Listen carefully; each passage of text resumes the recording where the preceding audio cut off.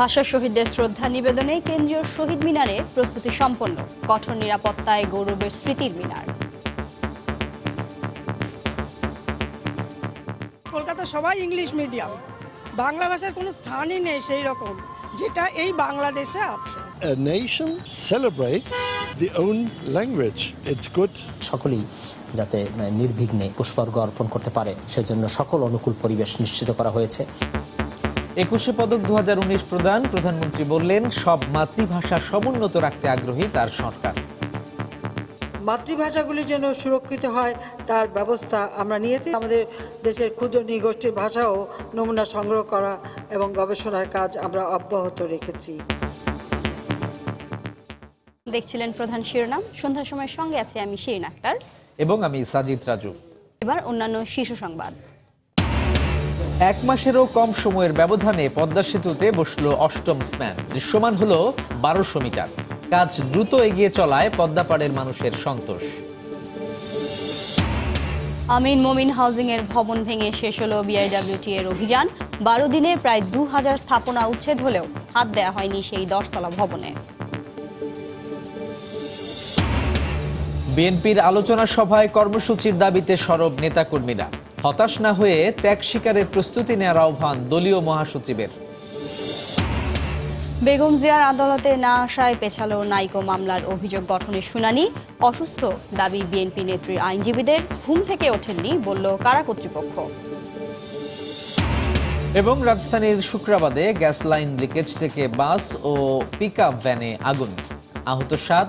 তিতাসের মেরামত কাজের কয়েক ঘন্টা পরেই ঘটে দুর্ঘটনা।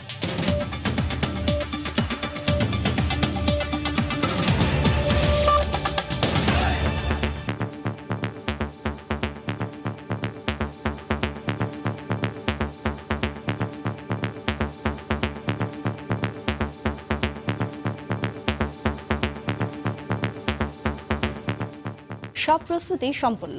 21-এর প্রথম প্রহরে নতশিরে মহান শহীদদের শ্রদ্ধা জানাবে জাতি। শ্রদ্ধার ফুলে ফুলে ভরে উঠবে স্মৃতির মিনার। নির্বিঘ্ন উদযাপনে নেওয়া হচ্ছে কঠোর নিরাপত্তা। সকল সংকট মোকাবেলায় যুগ যুগান্তরের প্রেরণা জুগিয়ে যাবে 21।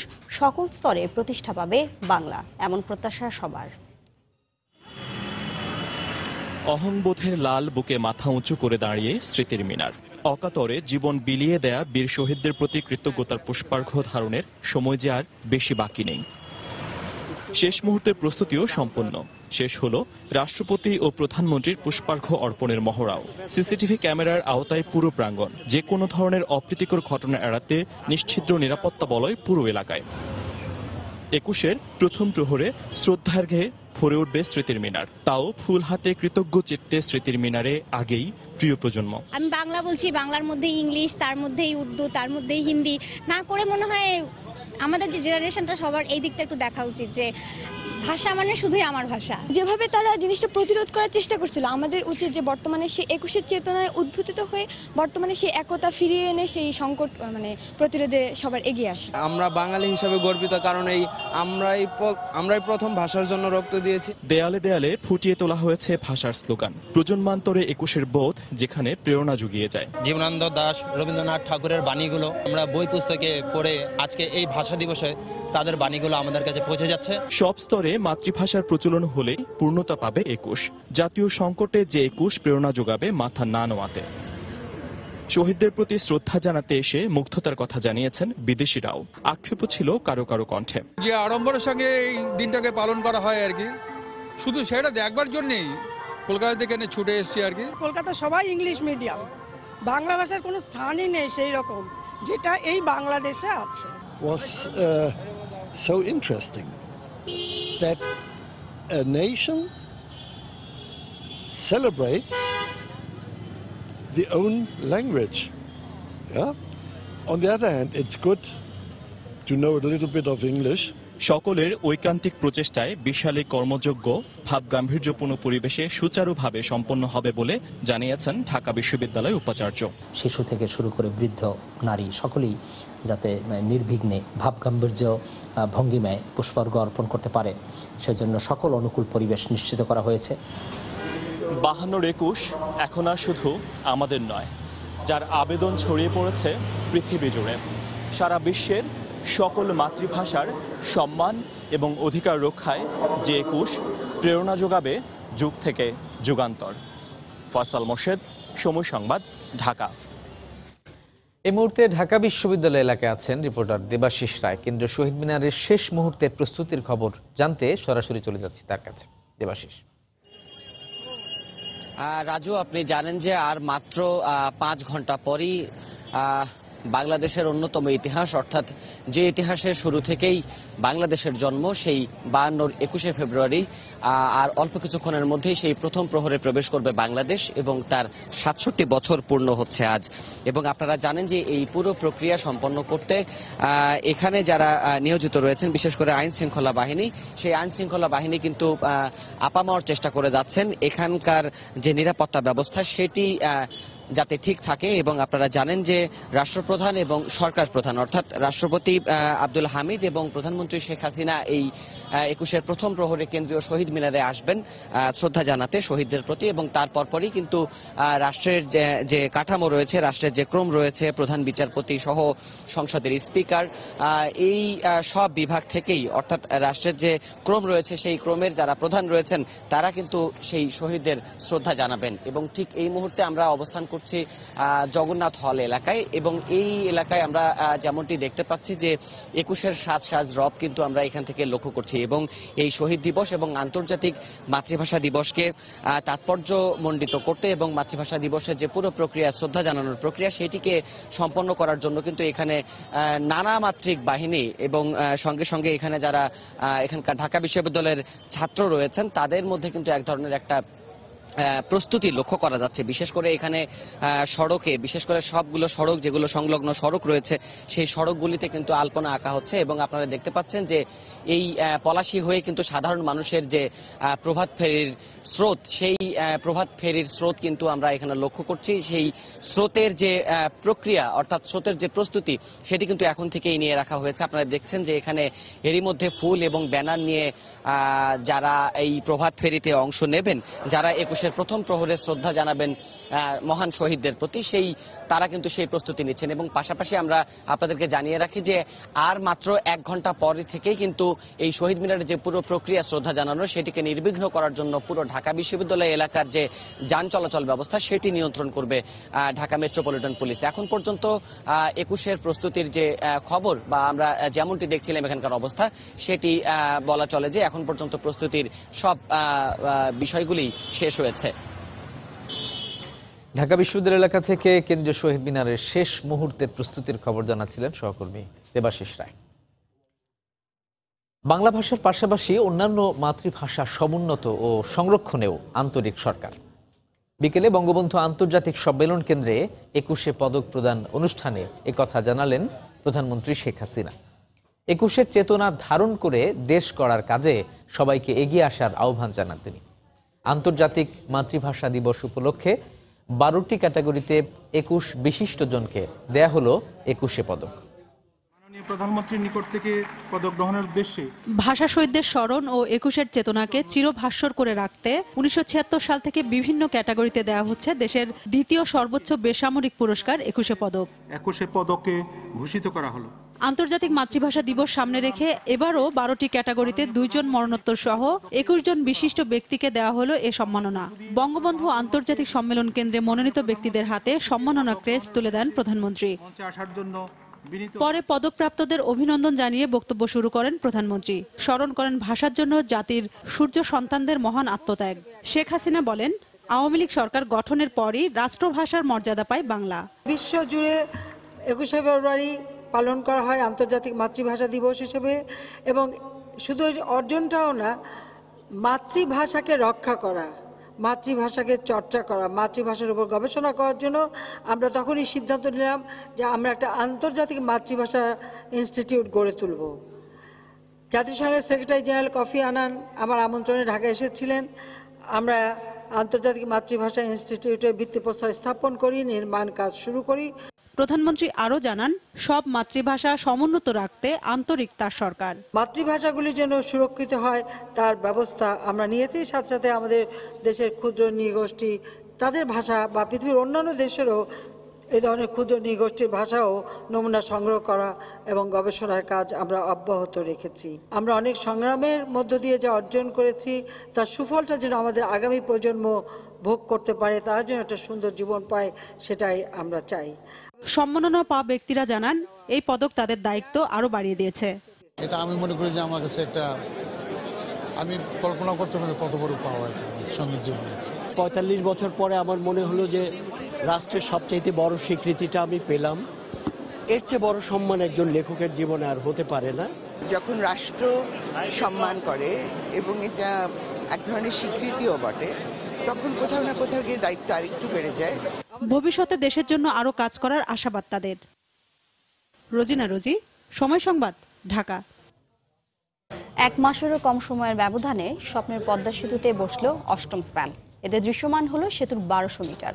ঘন কুয়াশা আর কারিগরি জটিলতায় নির্ধারিত সময়ের প্রায় 3 ঘন্টা পর শুরু হয় জাজিরা প্রান্তে 7ম ও সেতুর 8ম স্প্যান বসানোর কাজ। বেলা 12:30টার দিকে সেতুর 35 ও 36 নম্বর পিলারের মধ্যে বসানো হয় স্প্যানটি। সেতুর কাজ দ্রুত এগিয়ে যাওয়ায় সন্তোষ প্রকাশ করেছেন পদ্মাপাড়ের মানুষ। সাইফুল ইসলামের ছবিতে এহসান জুয়েলের রিপোর্ট। বুধবার সকাল থেকে অপেক্ষার শুরু। একদিকে ঘন কুয়াশা, অন্যদিকে কিছুটা কারিগরি জটিলতা। আগের দিন মাওয়া থেকে এনে নির্ধারিত পিলারের কাছে তাই ঠায় দাঁড়ানো স্পেনবাহী ট্রেনটি। সকাল 8টায় কাজ শুরুর কথা থাকলেও সেটা শুরু হয় 3 ঘন্টা পর। ততক্ষণে কুয়াশা ও কারিগরি জটিলতা দুটোই কেটে গেছে। প্রথম কয়েক দফা চেষ্টায় স্প্যানটি দুটি পিলারের সমতলে আনা না গেলেও ঘণ্টাখানেক পরে তা বসানো সম্ভব হয়। গত মাসে 23 তারিখ 7ম স্প্যানটি বসানোর পর এবার পরের স্প্যান বসাতে সময় লাগলো মাত্র 27 দিন। জাজিরা পারে আগের 6টি স্প্যানের পাশেই তা বসে দেওয়া হয়। নতুন স্প্যান দেখে উচ্ছ্বসিত দুই পারের মানুষ।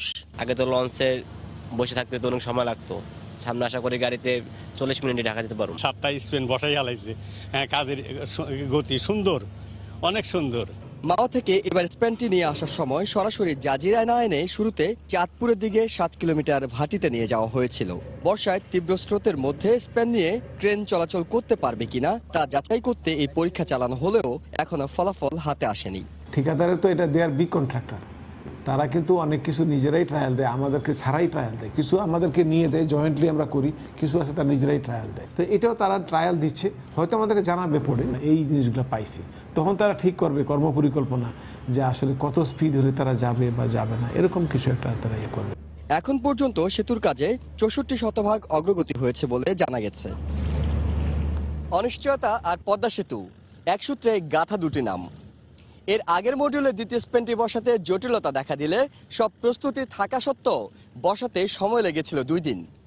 এবারের মডিউলে দ্বিতীয় স্প্যানটির একই ধরনের সমস্যা দেখা দিলেও আগের অভিজ্ঞতাকে কাজে লাগিয়ে মাত্র 1 দিনেই তা বসানো সম্ভব হলো, যা দিনে দিনে এখানকার প্রকৌশলীদের দক্ষতা ও সক্ষমতা বৃদ্ধির উদাহরণ হয়ে রইল। এহসান জুয়েল, সময় সংবাদ, জাজিরা, শরীয়তপুর। তুরাগ নদী দখল করে গড়ে তোলা আলোচিত আমিন মোমিন হাউজিং উচ্ছেদের মধ্য দিয়ে শেষ হলো ঢাকার আশপাশের নদী মুক্ত করতে বিআইডব্লিউটি এর অভিযান। এতে যোগ দেন গতকাল সরিয়ে নেয়া ঢাকা বন্দরের যুগ্ম পরিচালক AKM আরিফ উদ্দিনও। 12 দিনের অভিযানে প্রায় 2000 স্থাপনা গুড়িয়ে দেওয়া হয়েছে। তবে ভাঙা হয়নি বুড়িগঙ্গা ও হাইক্কা খালের মোহনায় অবস্থিত 10 তলা ভবনটি। মাহমুদ রাকিবের রিপোর্টে বিস্তারিত। উপর মহলের নির্দেশে মঙ্গলবার নদী উদ্ধারের অভিযান যেখানে স্থগিত হয়েছিল, বুধবার সকালে মোহাম্মদপুর বসিলার অবৈধ আমিন মোমিন হাউজিংয়ের সেখান থেকে উচ্ছেদ শুরু করে বিআইডব্লিউটিএ। গুড়িয়ে দেওয়া হয় অর্ধ শতাধিক কাঁচা পাকা স্থাপনা সহ অসংখ্য বাণিজ্যিক প্লটের সীমানা প্রাচীর। নির্বাহী ম্যাজিস্ট্রেটের পাশাপাশি আলোচিত হাউজিংটি উচ্ছেদে এদিন যোগ দেন মঙ্গলবার উচ্ছেদ থেকে সরিয়ে নেয়া ঢাকা বন্দরের যুগ্ম পরিচালক আরিফ উদ্দিনও। এ সময় দেখা যায় ভূমির নকশা অনুযায়ী বসিলা ব্রিজের পর তুরাগ নদীতে 2টি চ্যানেল ছিল। তবে গত কয়েক বছরে মূল চ্যানেলের পুরো 36 বিঘা নদী ভরাট করে চ্যানেলটি পুরোপুরি বন্ধ করে দিয়েছে আমিন মোমিন হাউজিং। যদিও উচ্ছেদ চলাকালে হাউজিংটির আইনজীবী এসে দাবি করেন বিআইডব্লিউটি অবৈধভাবে উচ্ছেদ অভিযান চালাচ্ছে।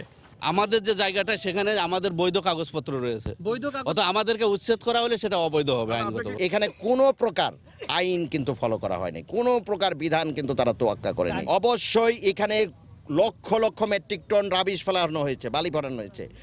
সরকার কেন এই এত টাকা খরচ করে এই ইয়ে করবে? এখানে অবশ্যই তাদের কাছ থেকে এইটার ক্ষতিপূরণ এবং এই যে আমাদের চ্যানেল পুনর্নির্মাণ যে ব্যয়, অবশ্যই এই সমস্ত ভরাটকারীদের কাছ থেকে তোলার ব্যবস্থা নেওয়া হবে। উচ্ছেদ পরিদর্শনে এসে বিআইডব্লিউটি এর পরিচালক জানান, যারা তুরাগের জায়গা দখল করেছে তাদের আইনের আওতায় আনা হবে।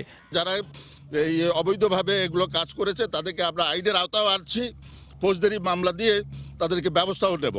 খনন যেভাবে আমরা এখানে এক্সকেভেটর দিয়ে কাজ হচ্ছিল, এভাবে আসলে সেটা হবে না, হয়তো বড় বৃহৎ পরিসরে চিন্তা ভাবনা করতে হবে।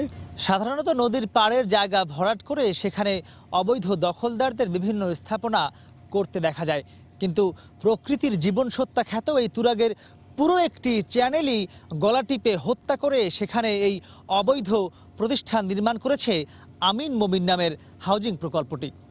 তাই স্থানীয়রা প্রত্যাশা করছেন, কষ্টসাধ্য হলেও শুধু উচ্ছেদই নয়, পুরো জায়গাটি খনন করে সেখানে আবারও প্রবাহমান তুরাগকে ফিরিয়ে আনবে বিআইডব্লিউটিএ। 12 দিনের উচ্ছেদ অভিযানে বহু অবৈধ আবাসিক ভবন ও কলকারখানা গুড়িয়ে দেওয়া হলেও বাদ পড়ে বুড়িগঙ্গা ও হাইট্টাখালের মোহনায় এই 10তলা ভবনটি। এটি না ভেঙে বৈধতা যাচাইয়ে 15 দিনের সময় দেয় বিআইডব্লিউটিএ ও রাজুক। মাহমুদ রাকিব, সময় সংবাদ, ঢাকা। সন্ধ্যার সময় আরো থাকছে। রাজধানী থেকে এসএসসি পরীক্ষার ভুয়া প্রশ্নপত্র ফাঁস চক্রের 4 সদস্য আটক। ফেসবুকে সক্রিয় নানা গ্রুপ, নজরদারির ফাঁক গলে চলছে জমজমাট ব্যবসা।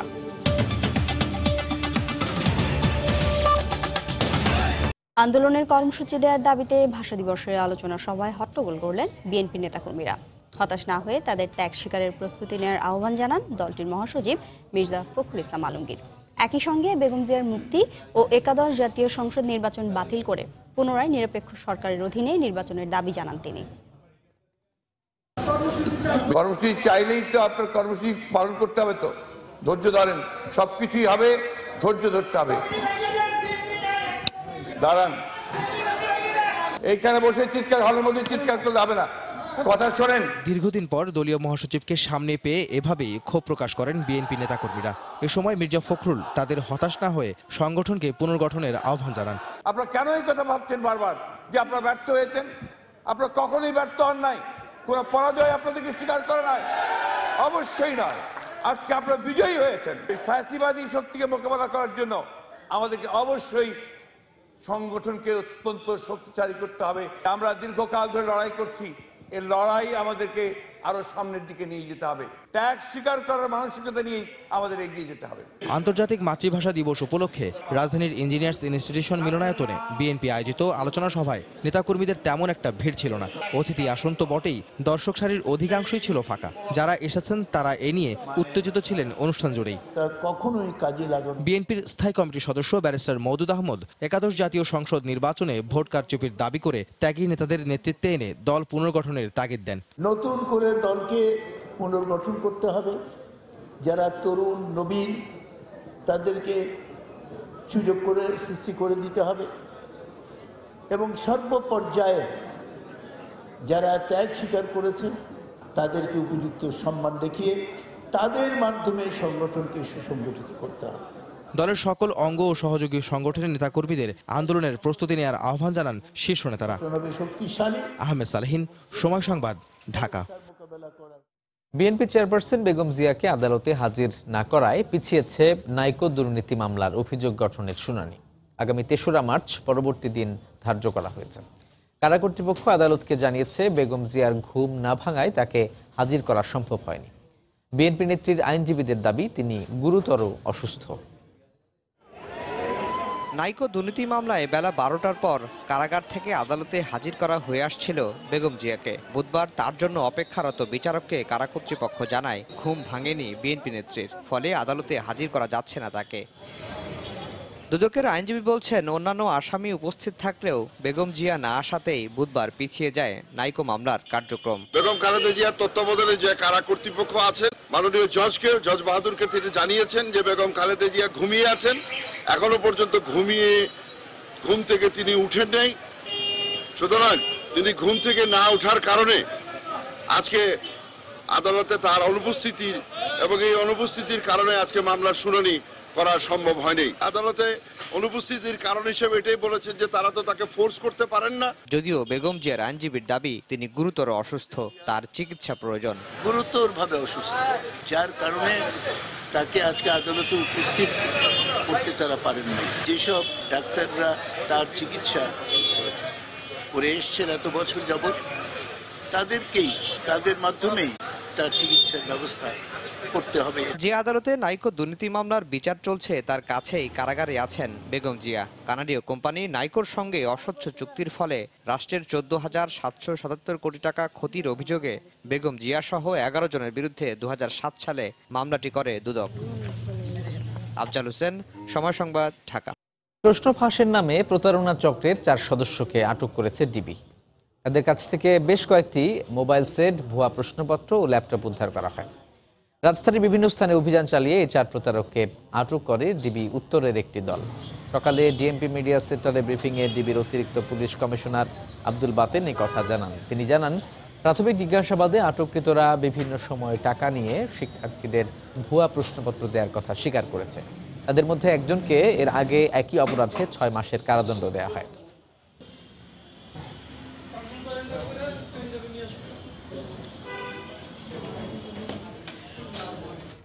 সন্ধ্যার সময় আরো থাকছে। চট্টগ্রামে শামীম হত্যা মামলায় স্ত্রী বগুড়া থেকে গ্রেপ্তার। স্বামীর পুরানো সম্পর্ক নিয়ে দ্বন্দ্বের জেরে হত্যা, ব্রিফিংয়ে পুলিশ।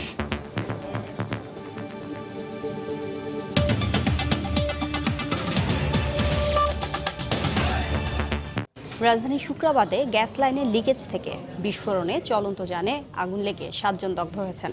এতে পুড়ে গেছে একটি বাস ও পিকআপ ভ্যান। তিতাসের মেরামত কাজ করার কয়েক ঘন্টা পর এই দুর্ঘটনা ঘটে।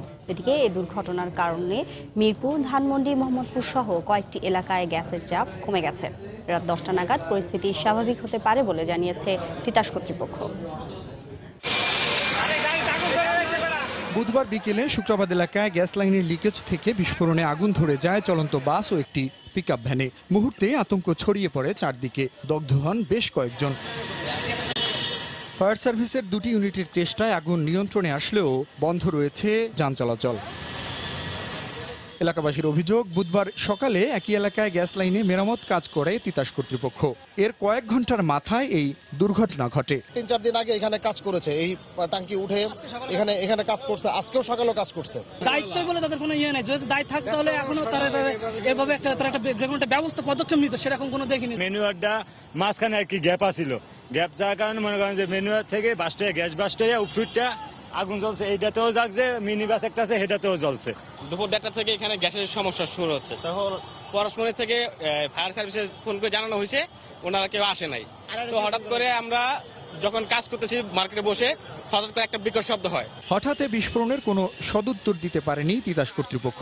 এটা আমার এখতিয়ারে না, আমি বলা ঠিক না। আমি যোগাযোগ করতেছি, এই জন্য আমি যাদের সাথে যোগাযোগ করে তাদের কাছে লাগানো দরকার, তাদেরকে আমি ইনফর্ম করতেছি এবং আনাই দিচ্ছি। এটাই তো একটা কাজ। ঘটনা খতিয়ে দেখে ব্যবস্থা নেয়ার আশ্বাস দিয়েছে কর্তৃপক্ষ। জুনায়েদ আল হাবিব, সময় সংবাদ, ঢাকা।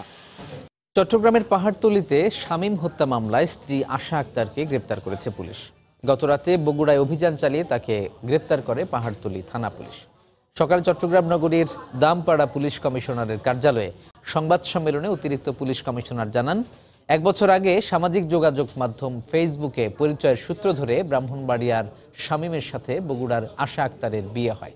বিয়ের পরেই স্ত্রী আশা জানতে পারেন শামীম আগেও আরেকটি বিয়ে করেন। এরপর থেকে তাদের মধ্যে দ্বন্দ্ব চলে আসছিল। গত 16 ফেব্রুয়ারি চট্টগ্রামের পাহাড়তলীতে ভাড়া বাসায় ওঠেন শামীম ও তার স্ত্রী। ওই দিন দুপুরেই স্বামীকে ছুরি দিয়ে গলা কেটে হত্যার পর বাসায় তালা লাগিয়ে পালিয়ে যান আশা। পরে খবর পেয়ে ঘটনাস্থল থেকে লাশটি উদ্ধার করে পুলিশ। এর মধ্যে সে দোষ স্বীকার করেছে বলেও জানিয়েছে পুলিশ। এ পর্যায়ে শীর্ষ সংবাদ জানিয়ে দিচ্ছি আরো একবার। ভাষা শহীদদের শ্রদ্ধা নিবেদনে প্রস্তুত সারা দেশ। 21শে পদক 2019 প্রদান। প্রধানমন্ত্রী বললেন, সব মাতৃভাষা সমুন্নত রাখতে কাজ করছে সরকার। 1 মাসেরও কম সময়ের ব্যবধানে পদ্মা সেতুতে বসলো 8ম স্প্যান। দৃশ্যমান হলো 1200 মিটার। কাজ দ্রুত এগিয়ে চলায় পদ্মাপাড়ে মানুষের সন্তোষ। আমিন মোমিন হাউজিং এর ভবন ভেঙে শেষ হলো বিআরডব্লিউটি এর অভিযান। 12 দিনে প্রায় 2000 স্থাপনা উচ্ছেদ হলেও হাত দেওয়া হয়নি সেই 10 তলা ভবনে। বিএনপির আলোচনা সভায় কর্মসূচির দাবিতে সরব নেতাকর্মীরা। হতাশ না হয়ে ত্যাগ স্বীকারের প্রস্তুতি নেওয়ার আহ্বান দলীয় মহাসচিবের। এবং রাজধানী শুক্রাবাদে গ্যাস লাইন লিকেজ থেকে বাস ও পিকআপ ভ্যানে আগুন, আহত 7। মিরপুর, মোহাম্মদপুর, ধানমন্ডি সহ কয়েকটি এলাকায় কমে গেছে গ্যাসের চাপ। এ ছিল সন্ধ্যার সময়। আপনার মোবাইলে সময় সংবাদ দেখতেও সব খবর পেতে ডাউনলোড করুন সময় অ্যাপ। সঙ্গে থাকুন সময়।